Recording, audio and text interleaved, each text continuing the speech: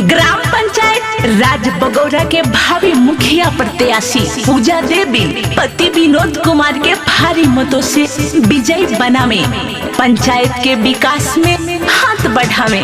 सक्रिय समाज सेवी थे, साथ रहेंगे, नेता नहीं बेटा बनकर सेवा करेंगे। विनोद भैया जिंदाबाद, पूजा देवी जिंदाबाद।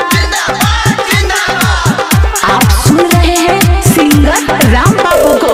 सबका जुबान पे के गुलाम पूजा देवी जिंदाबाद, सबका जुबान पे के गुलाम विनोद भैया जिंदाबाद। ए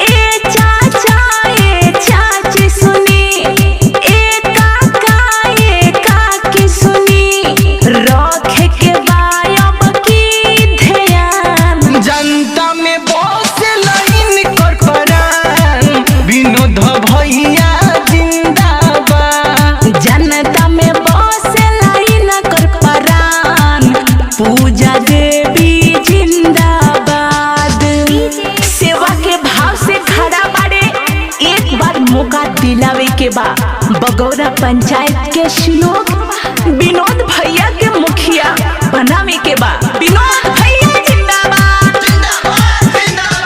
शुरू से जन जन के साथ ही है निभावले, हर घड़ी सुख दुख में हाथ ही है बटवले। विनोद भैया जिंदाबाद, पूजा देवी जिंदाबाद। शुरू से जन जन के साथ ही है निभावले, हर घड़ी सुख दुख में इहे हाथ बटवले।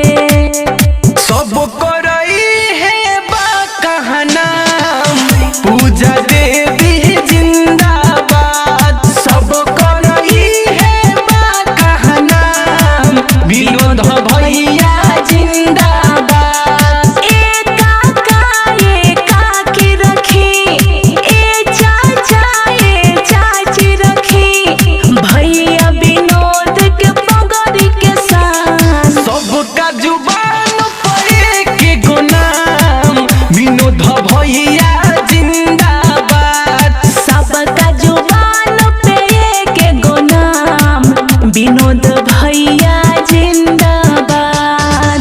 सबका विश्वासी सबसे निराला विनोद भैया, सीमेंट दुकान बगौरा वाला।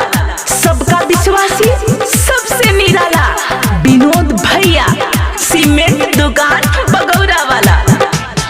शिक्षित सुहोग्य कर्मठ भारी निकोई प्रत्याशी, नेक दिल इंसान हवन सब कर विश्वासी।